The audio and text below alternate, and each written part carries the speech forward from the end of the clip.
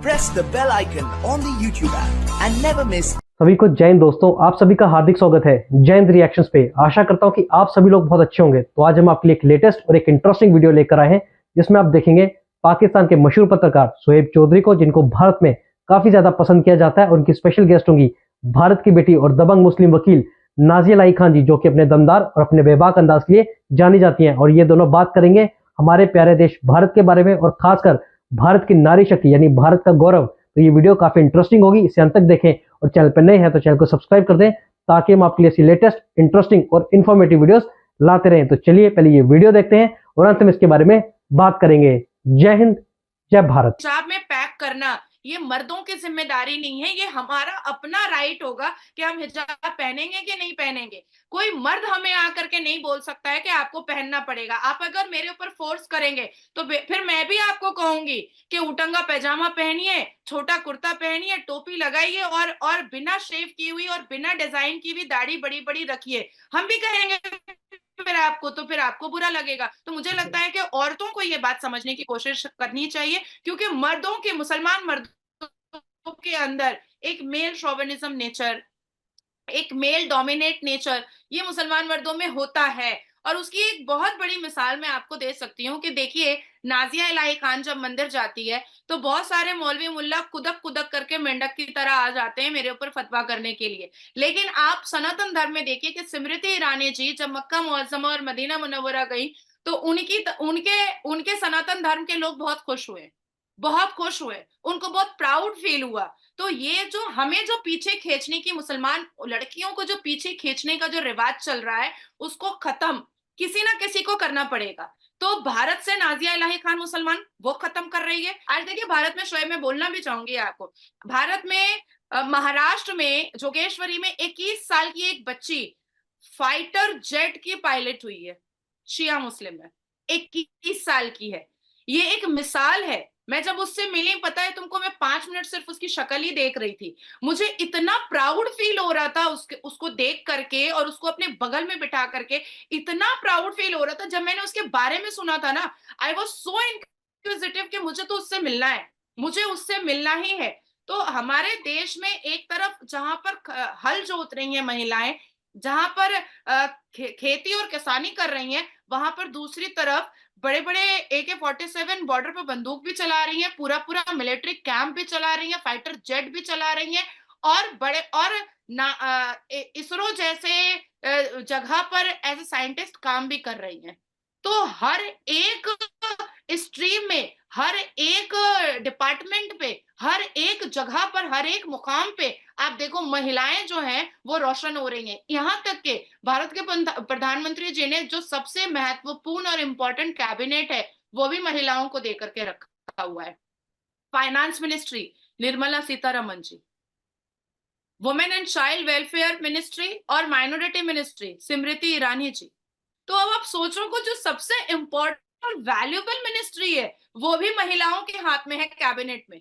तो ये भारत मंत्री जी ने हमेशा महिलाओं को बहुत उजागर किया है, बहुत उनको प्रोवोकेशन दिया है, उनको बहुत आगे बढ़ाने की कोशिश की। और आप देखो आज कि खेल जगत में महिलाएं आगे हैं, शिक्षा जगत में महिलाएं आगे हैं विदाउट एनी डिस्क्रिमिनेशन। उसके बाद फिर आप स्पोर्ट्स में जिस तरह से महिलाएं अब आगे आ रही हैं, वो अपने आप में भारत में एक मिसाल बन चुका है, अपने आप में भारत में मिसाल बन चुका है। ये बहुत बड़ी बात है। साथ साथ मैं दो इंफॉर्मेशन और देना चाहूंगी शोएब आपको, कि जब 22 जनवरी जिस दिन भव्य राम मंदिर का उद्घाटन हुआ था, उस दिन भारत के प्रधानमंत्री ने महिलाओं को और बेटियों को एक तोहफा दिया था। 1 करोड़ सोलर सिस्टम उनके घरों में मुफ्त लगाने का तोहफा दिया गया था, ताकि बेटियों को पढ़ाई में कोई दिक्कत ना हो। नाज़िया जी, जिस तरीके से आपने बात की, अक्सर ऐसा होता है कि जी जब दोनों साइड से पूछा जाता है, पाकिस्तान से भी अगर बात की जाती है तो यहाँ पे कहा जाता है जी हमने किस चीज में नहीं राइट दिया, किस चीज में वुमेन एम्पावरमेंट की बात नहीं की जाती। लेकिन जब एग्जाम्पल के साथ, लॉजिक के साथ पूछा जाता है तो फिर हमारे पास शायद 2 3 4 एग्जाम्पल्स रहती हैं। हम आ जाके बेनजीर भुट्टो साहिबा का नाम ले लेते हैं, या 1947 से फातिमा जिन्ना का नाम ले लेते हैं, या फिर आरफा करीम का नाम लेते हैं। एक हमारे यहाँ पे भी वुमेन फाइटर मतलब ये है कि वो पायलट थी। तो लेकिन बहुत कम एग्जांपल्स हमें ऐसी देखने को मिलती हैं। जबकि अगर दूसरी साइड पे देखें, इंडिया में देखें, तो मैं ये समझता हूँ कि चाहे आईटी की फील्ड हो, चाहे मेडिकल की फील्ड हो, चाहे फिर आप किसी भी फील्ड की बात कर लें, इवन पॉलिटिक्स में आप देख लें, तो बहुत सी हमें ऐसी एग्जांपल्स देखने को मिलती हैं जिनका आपने भी जिक्र भी किया। क्या समझती हैं, जब तक खवातीन या जब तक वुमेन को एम्पावर नहीं किया जाएगा, क्या कोई भी सोसाइटी, मैं इंडिया की बात नहीं कर रहा, पाकिस्तान की बात नहीं कर रहा, कोई भी सोसाइटी, मैं कहता हूँ कोई भी घर आगे बेहतरी की तरफ जा सकता है, वहां पे बेहतर तरीके से मैनेजमेंट हो सकती है? नहीं, देखिए, सबसे पहले तो जेंडर में डिस्क्रिमिनेशन करना ही नहीं चाहिए, ये चीज करना ऐसे ही ही, नहीं चाहिए। या सबसे इस पहली पे बात है। नाजिया जी, इस पे तो मैं ये भी कहना चाहूंगा, मतलब शायद कुछ आपको भी मेरी ये बात गलत लगे या कुछ देखने वालों को लगे कि मतलब एक साइड पे हम ये भी देखते हैं कि वुमेन एम्पावरमेंट के नाम पे वुमेन कार्ड भी खेला जाता है। एक साइड पे कहा जाता है जेंडर इक्वालिटी, और दूसरी साइड पे जब अगर वुमेन कुछ गलत करे तो उसको कुछ कहा जाए तो ये कहा जाता है वो देखो जी खवातीन की तो डिसरिस्पेक्ट की जा रही है, उनको इज्जत नहीं दी जा रही। मतलब एक साइड पे आप लोग वुमेन एम्पावरमेंट की बात करती हैं, दूसरी साइड जेंडर इक्वालिटी की बात करती हैं, दूसरी साइड पे हमारे वुमेन कार्ड। भारत में तो ये नहीं होता। नहीं नहीं नहीं शोएब, हमारे भारत में ये नहीं होता है। हम अपने भारत में वुमेन्स कार्ड बिल्कुल नहीं खेलते हैं। तुम देखो मेरे साथ क्या नहीं होता है, कितने इंसिडेंट और एक्सीडेंट्स नहीं होते हैं, कि मेरे ऊपर कितनी टिप्पणियां नहीं होती है, मेरे पर कितनी गाली गलौज नहीं होती है, लेकिन मैं कभी वुमेन्स कार्ड नहीं फेंकती हूँ। मैं कभी ये बात नहीं बोलती हूँ कि देखो औरत को ऐसा बोल दिया। मैं यही कहती हूँ कि देखो जब मुझे कह रहा है तो अपनी बहन को भी बोलता ही होगा, ऐसे ही है। है ना। तो मैं वो, और एक्चुअली में मैं एक मैसेज देना चाहूंगी। मैं एक मैसेज, बहुत ही महत्वपूर्ण और इम्पोर्टेंट मैसेज देना चाहूंगी कि दो पैर, दो हाथ, दो आंख, दो कान हमारे पास भी है और मर्दों के पास भी है। ठीक है। इट्स नॉट मी कि हमें वुमेन कार्ड फेंकने की जरूरत है या वुमेन कार्ड खेलने की जरूरत है। हम अपने एडुकेशन से, अगर कोई हमें पॉइंट आउट कर रहा है या डिफेम कर रहा है, हम अपने एडुकेशन से उसको ईंट का जवाब पत्थर से दे सकते हैं। हमारे डेफिनेटली, अंदर ये क्रेडिबिलिटी है, हमारे अंदर ये कैपेसिटी है। बिल्कुल ऐसे ही है, विद लॉजिक और विद फैक्ट जो से आप कोई भी बात कर सकते हैं। नाजिया जी, हाँ, आपने जो बातें की हैं, यकीन माने मैं ये समझता हूँ कि ऐसे प्रोग्राम्स हर एक चैनल पे, मेन स्ट्रीम मीडिया हो, सोशल मीडिया हो, यूट्यूब हो, कहीं पे भी अगर ऐसे प्रोग्राम्स किए जाएं तो मैं ये समझता हूँ कहीं ना कहीं, कहीं से भी, चाहे पाकिस्तान से, चाहे भारत से, चाहे कहीं से भी, खवातीन जो देखेंगी वो बहुत कुछ सीखेंगी, सीखने के साथ साथ वो अपने ऊपर इम्प्लीमेंट भी इन चीजों को करेंगी। मुझे ऐसा लगता है पाकिस्तान की जो खवातीन हैं, पाकिस्तान में जो वुमेन है, उन्हें भी बजाय सिर्फ ये कि मेरा जिस्म मेरी मर्जी है, इस तरीके से वुमेन एम्पावरमेंट को जो है उसके ऊपर वर्क करने की बजाय प्रैक्टिकली हमें ग्राउंड में उतरने की जरूरत है। प्रैक्टिकली हमें ये चीजें देखने की जरूरत है कि कौन सी फील्ड में हम पीछे हैं, हम उसके ऊपर वर्क कर सकें, कौन सी फील्ड में हमें आगे बढ़ना है, इन सब चीजों को देखने की जरूरत है। नाजिया जी, क्या कहना चाहेंगी लास्ट में आप ओवरऑल, जो मतलब कल हमें देखने को मिला 75th रिपब्लिक डे पे जिस तरीके से वुमेन ने अपना एक पावर शो किया? हाँ, मैं वो पावर थोड़ा सा दिखाना भी चाहूंगी शोएब तुमको। मैंने तुम्हारे लिए, दिखाई दे रहा है? जी जी।